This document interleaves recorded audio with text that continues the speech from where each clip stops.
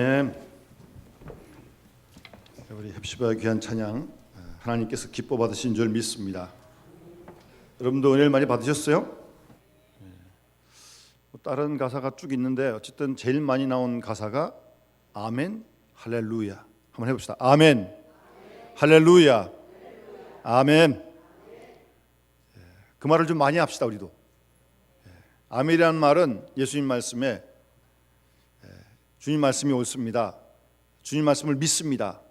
또 그렇게 하겠습니다. 또 은혜가 됩니다. 그럴 때 아멘 그러는 거거든요. 우리 예수님 사람들은 하여튼 주님이 말씀하시면 아멘 이해해야 됩니다. 그리고 할렐루야를 많이 해야 돼요. 할렐루야가 뭐예요? 여호와를 찬양하라고. 다시 한번 해봅시다. 아멘 할렐루야. 자꾸 하세요. 많이 하세요. 단순 우리 입술로 나오는 그런 고백이 아니라 정말 우리의 삶 속에서 주님을 믿고 주님을 따르고 주님 말씀에 순종하겠습니다. 주님이 옳습니다. 그런 아멘, 아멘. 그리고 하여튼 여호와를 아침에도 찬양하시고 건강할 때도 찬양하시고 저녁에도 찬양하시고 힘들 때도 찬양하셔야 돼요. 힘들 때 찬송하셔야 됩니다. 그럴 때 하나님께서 우리를 위로하시고 새 힘을 주실 줄 믿습니다. 우리 5월 가정의 달을 이제 마지막 주 보내게 됩니다. 5월 가정의 달을 보내면서 한번 우리 가정에 대해서 주님의 말씀에 귀를 기울이고 우리 믿음의 식구들의 가정을 위해 계속해서 기도했으면 하는 마음이 간절합니다. 그리스도인의 가정이라고 하는 것은 작은 교회여야 합니다. 뭐가 되어야 된다고요? 그리스도인의 가정이 뭐가 되어야 된다고요? 그런 마음으로 우리가 가정을 섬겨야 합니다. 그러니까 가정을 생각하면서 우리 교회라는 것도 하나님을 다 우리가 아버지라고 믿는 거 아닙니까? 우리 모두가 다 한 가족 아닙니까? 저는 그렇게 믿는데 여러분도 그렇게 안 믿으세요? 남남이세요? 그렇지 않겠죠. 우리 모두가 다 하나님의 자녀고 가족 아닙니까? 그런 교회가 되어야죠. 가정은 교회 같고 교회는 또 가정 같은, 어느 교회 가니까 그런 표현을 붙였더라고요. 가정 같은 교회, 교회 같은 가정. 아주 잘 정한 것 같아요. 그래서 우리가 가정을 생각하면서 단순히 가정만 아니라 우리 교회도 더 큰 의미로 가정이니까요. 가정을 위해 기도하고 교회를 위해 기도하고 우리 믿음의 가정이 하나님이 기뻐하시는 그런 가정, 행복한 가정, 사랑으로 하나 되는 가정, 또 우리 교회도 사랑으로 하나 되는 가정, 교회. 그래서 오늘 제목을 사랑의 공동체다 그렇게 한번 정하게 되었습니다. 여러분, 미국의 시카고 대학의 톰 브라우닝이라고 하는 교수가 어떤 강연에서, 여러분 오늘날 우리 세계에 참 문제가 많이 있지 않습니까? 이거 참 뭐라고 어떻게 뭘부터 얘기할지 모를 만큼 세계적으로 참 문제가 많이 있습니다. 국가 간에. 그런데 이분은 특별히 문제가 많은 건 사실인데 그런 문제도 물론 문제지만 가정의 문제가 심각하다. 그 많은 문제 다 있지만 그 중에서 특별히 가정의 문제도 참 심각한 수준이다. 그런 지적을 하면서 뭐 선진국이다, 복지국가다 하는 그런 나라들에도 보면 가정이 파괴되어지고 있다는 겁니다. 그게 가장 큰 문제라고 이 교수는 지적을 하면서, 여러분 뭐 그런 용어를 들어보셨어요? 졸혼. 결혼을 졸업하는 게 졸혼입니다. 이혼, 파혼 뭐 그런 거는 이미 우리가 아는 거지만 졸혼, 결혼을 졸업한대요. 이혼하고 좀 다르답니다. 그건 또 하여튼 그런 쇠퇴해요 지금. 그러면서 이 톰 브라우닝 교수는 도대체 왜 국가 간의 문제도 물론 그렇지만 가정에 이렇게 문제가 심각해지는가라고 하면서 두 가지 아주 근본적인 이유를 지적합니다. 첫 번째가 뭐냐면 극단적인 이기주의라는 겁니다. 사실 국가 간에도 자기 나라 챙기려고 지금 국가 간에 이런 문제가 생기고 다툼이 있고 전쟁이 있는 거 아닙니까? 근데 그런 현상이 가정에도 있다는 거예요.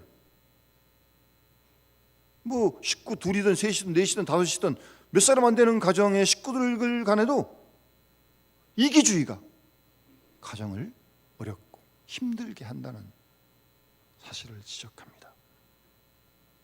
그러니 가정에서 식구들 간에 희생할 마음이 잘 없습니다. 희생할 마음이 없어요. 아내를 위해, 남편을 위해, 자식을 위해 희생하는 게 싫어요. 그러니 이제 가정에서 여러 가지 이제 문제가 발생하기 시작한다는 지적을 합니다. 그러면서 실례로 이 교수가 지적하기를, 여러분 요즘 젊은 엄마들이 아기들에게 모유 수유를 잘하지 않습니다. 자기 몸이 망가진대요. 어차피 나이가 들면 다 망가지는 몸인데 뭘 몸이 망가진다고. 그런데요, 모유 수유를 하지 않았더니 엄마들에게 유방암이 급증하고요, 모유를 먹지 못한 아이들이 이제 분유를 먹게 되는데, 그러다 보니까 비만이 어렸을 때부터 생기게 되고 저항력이 아주 약해진다는 겁니다. 실제로 그런 실례를 들어서, 그래서 서구에서 안 되겠다, 다시 한번 우리 모유를 수유하자, 그런 운동들을 했더니 엄마들의 그 암이 사라지고 아이들이 비만이 사라지고 아이들이 여러 가지 유행성 질병에서 건강에 잘 견뎌내더라는 겁니다.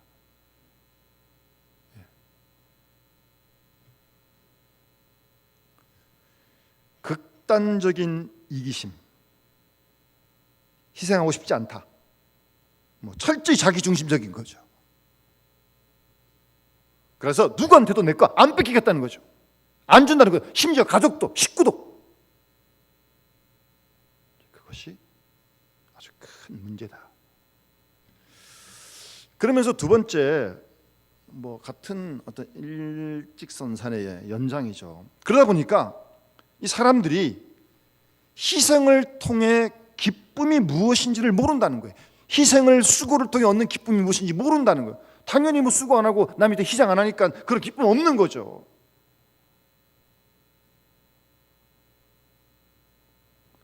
사람이 이기주의자가 되면요, 고독해지고요. 고독해지면 불행한 거 아닙니까? 쓸쓸한 거 아닙니까? 그러다 보면 마침내 절망으로 끝나게 되는 것입니다. 사실은 이기주의가 불행으로 몰고 가는 겁니다. 그런 극단의 이기주의에 빠져 있으면서 희생을 통해서 얻는 행복과 기쁨을 잃어버렸단 말이에요.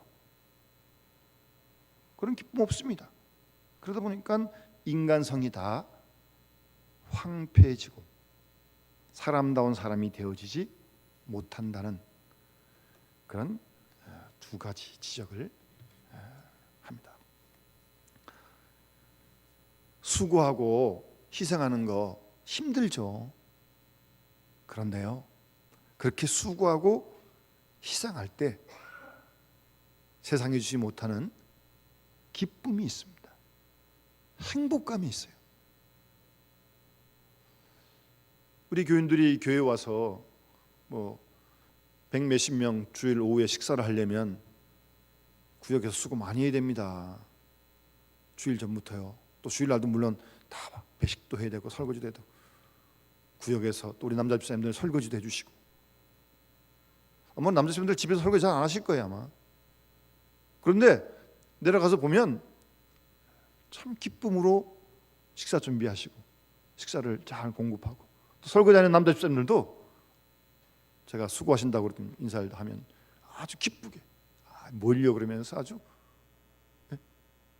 내가 수고하고 내가 희생하면서 본인들이 기쁜 겁니다.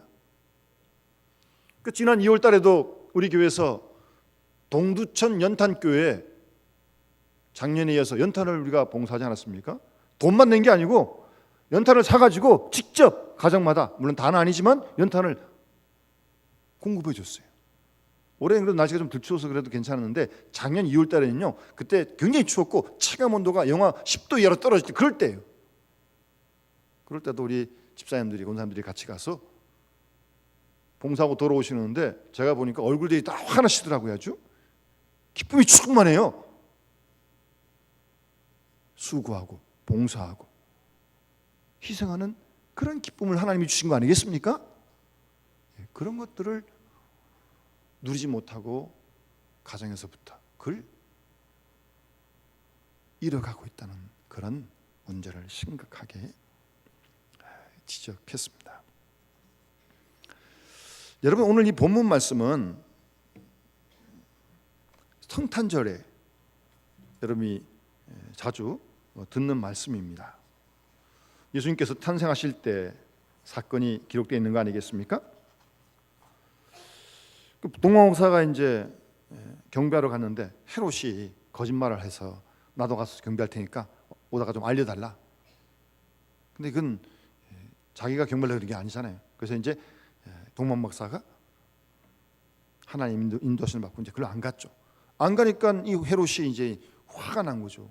뭐 유대의 왕이 태어났다고, 메시아가 태어났다고, 그러면서 박사가 왔던 때를 기준해서 그때부터 2살 이하의 사내아이를 다 죽였습니다. 살벌하지 않습니까? 그런 상황이 지금. 그런 상황에 지금 예수님, 아기 예수님과 어머니 마리아와 요셉이 하나님의 인도하심을 받아서 지금 애굽으로 피난을 가는 거예요. 그걸 또 갔다가 또 물론 돌아옵니다. 헤롯이 죽은 다음에 지금 아기 예수도 죽을지 모르는 지금 그런 상황이에요. 상당히 위급한 상황입니다. 그런데 본문을 잘 보시면 반복해서 나오는 표현이 있습니다. 13절에도 주의 사자의 꿈의 인도하심을 받고 요셉이 아기와 그의 어머니를 데리고 애굽으로 피했다 그랬고요. 그런 지시를 받고 또 요셉이 일어나서 밤에 아기와 그의 어머니를 데리고 애굽으로 떠나갔다. 헤롯이 죽은 다음에 19절에 또 꿈에 하나님의 지시를 받아서 일어나 20절에 아기와 그의 어머니를 데리고 이스라엘 땅으로 가라는 지시를 받고 요셉이 일어나서 아기와 그의 어머니를 데리고, 이 짧은 문문 속에 아기와 그의 어머니를 데리고 요셉이 무려 4번씩이나 반복해서 그 어떤 화가가 그린 성화 가운데 보게 되면 예수님의 이 어렸을 때 아기 때 애굽으로 피난 가는 장면을 그린 그림이 있어요. 마리아가 아기를 안고 요셉이 이렇게 마리아를 지키면서 이렇게 급하게 가는 그런 그림이 있어요. 아기 예수도 헤롯이 죽일지 모르는 지금 위급한 상황이지만 그 속에서 요셉과 마리아와 아기 예수가 완전히 하나가 되어진 그런 모습을 우리가 본문 속에서 발견하게 됩니다. 위기의 상황이지만 정말 어떻게 보면 상당히 지금 죽을지도 모르는 그런 상황 아닙니까? 그래서 지금 피난을 가는 상황인데 그런 상황 속에서 요셉과 마리아와 아기 예수가 다시 똘똘 뭉쳐가지고 하나가 되어진 그런 모습을 우리가 본문에서 발견하게 됩니다. 여러분, 가정이라고 하는 것은요, 오늘 아기 예수의 가정처럼 사랑으로 하나 되는 그런 사랑의 공동체가 가정입니다. 그게 하나님이 원하시는 가정의 모습이에요. 여러분, 성경에 나온 대로 우리가 하나님이 천지 만물을 창조하시고 아담과 하와를 창조하신 다음에 아담이 혼자 있는 게 이제 좋지 못했으니까 하와를 닭갈비를 취해가지고 만드셔가지고 하와를 만들어주잖아요. 그래서 가정이라고 하는 것은 천지를 창조하신 하나님이 만드신 최초의 공동체입니다. 그런 표현은 거기 없지만 오늘 얘기하면 하나님이 주례하고 아담과 하와를 놓고 결혼을 시킨 거죠. 그래서 가정을 만드신 거예요. 하나님이 만드신 겁니다. 그러니까 이 가정이라고 하는 것은 하나님의 창조의 원리입니다. 창조의 원리예요, 이게요. 요즘은 이게 참 이 사회가 변하다 보니까 오늘 아침에 그래도 많지는 않으신데 혼자 사는 우리 젊은 청년들이 많이 있습니다. 그러면서 목사님 꼭 결혼해야 됩니까? 딱 그러더라고요. 성경에 보면 뭐 혼자 사는 것도 좋다고 뭐 바울이 말한 적도 있고 그러니까. 그런데 창세기부터 보게 되면 어쨌든 이 가정은 하나님이 만드신 겁니다. 창조의 원리입니다.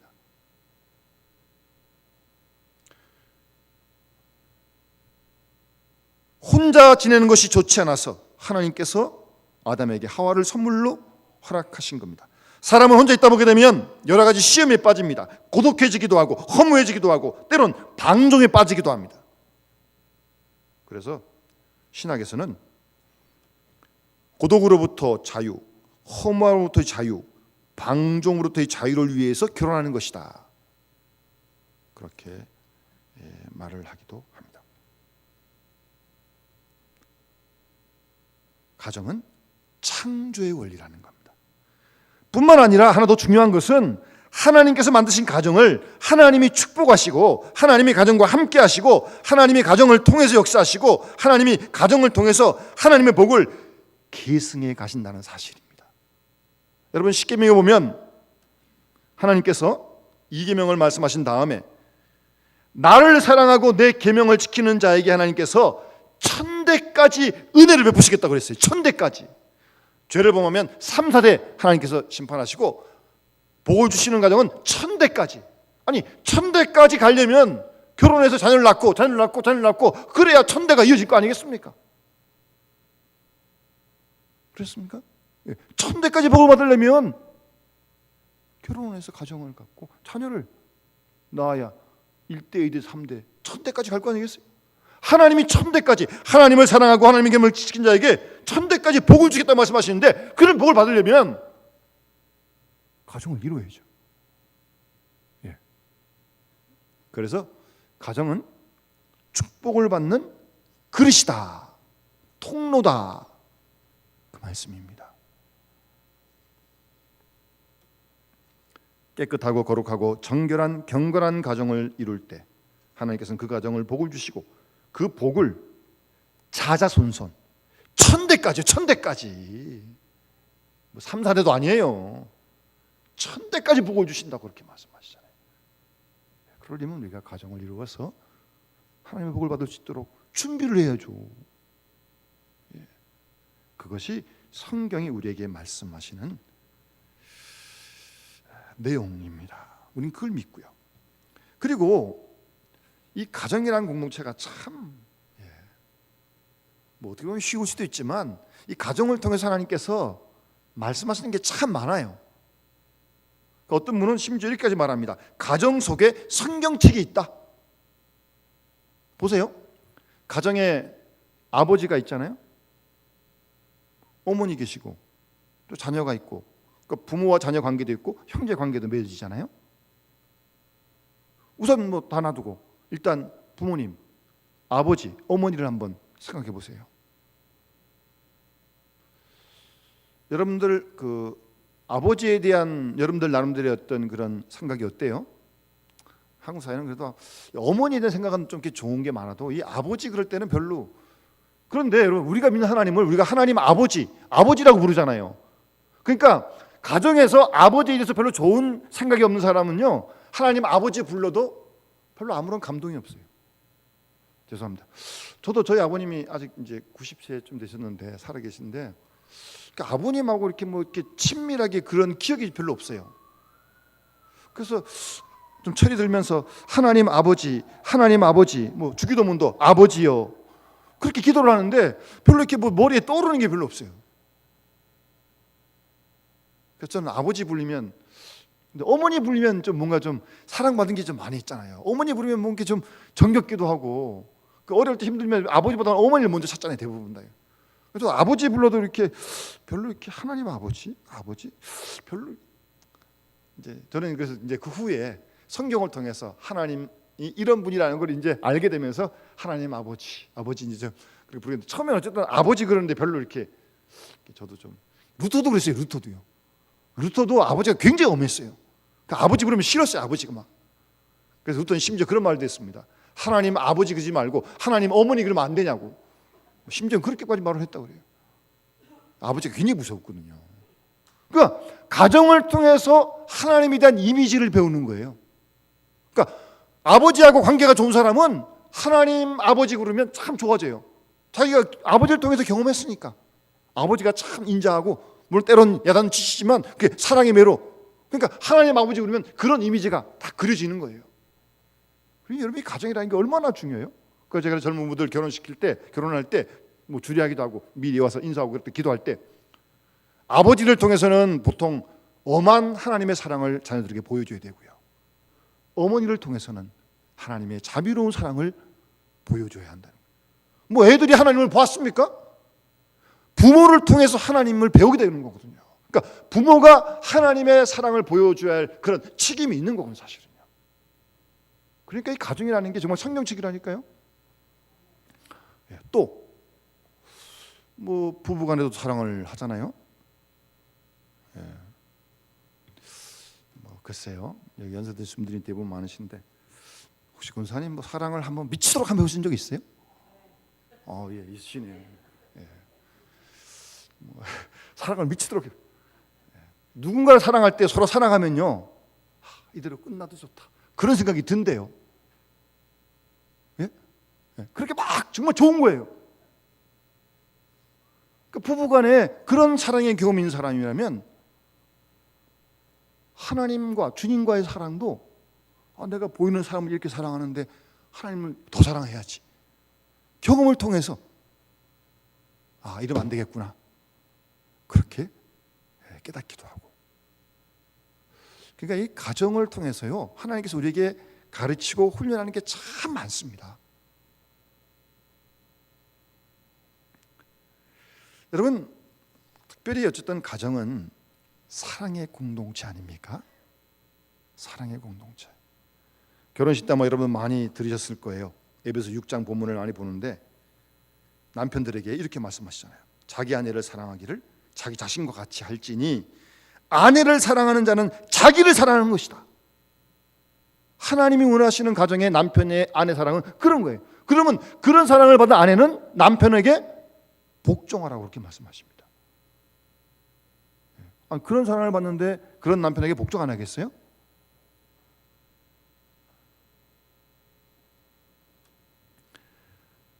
그와 같은 사랑의 공동체가 가정이에요. 여러분, 가정에서 여러분 누구 이득 보려는 사람 있습니까? 누구 때문에 누구 때문에 덕 보려는 사람 있어요? 아니, 교회 와가지고 교회에서 내가 저 집사님 때문에 내가 좀 이득을 좀 얻어야겠다, 장사해가지고 좀 소득을 얻어야겠다, 그런 분이 있습니까? 교회가 수입 지출 계산해가지고 이익을 남기겠다. 무슨 교회가 회사입니까? 교회는 그런 곳이 아닙니다. 교회가 회사가 아니에요. 이익을 추구하는 곳이 아니라니까요. 가정도 교회도 사랑의 공동체, 사랑의 공동체. 가정에서 교회에서 사랑을 훈련하지 못하면 세상에 나아가서 어디 가서 사랑을 훈련하겠어요? 요즘은 직장 생활도요, 제가 얘기를 들어보니까 생존 경쟁이 막 치열합니다. 이거 진빨 자르면 내가 못 올라가고요, 막 남 코를 베야 내가 뺏어야 되고요. 우리 사는 사회가 그런 거 아닙니까? 그런데 교회에서, 가정에서 정말 순수한 아가페의 사랑을 여기서, 가정에서, 교회에서 훈련하지 못하면 어디 가서 훈련할 수 있어요? 정말 가정이라는 공동체는 어떤 이익을 위한 게 아니잖아요. 교회도 마찬가지로 이익을 위한 게 아니잖아요. 정말 순수한 하나님의 사랑으로 서로 사랑하고 서로 존경하고, 그런 것을 훈련하는 곳이 가정 공동체 아닙니까? 그러니까 아내를 사랑하는 게 자기를 사랑하는 거예요. 예? 아내를 사랑하는 게 자기를 사랑하는 그런 걸까요? 그리고 뭐 창세기도 보면 아담이 하와에게 뼈 중에 뼈요 살 중에 살이다. 이게 뭐 최고로 그런 사랑을 자녀들에게 보여주고, 자녀가 그런 사랑을 받고, 자녀간에 또 형제간에도 그런 사랑을 가정에서 훈련하고 배우고,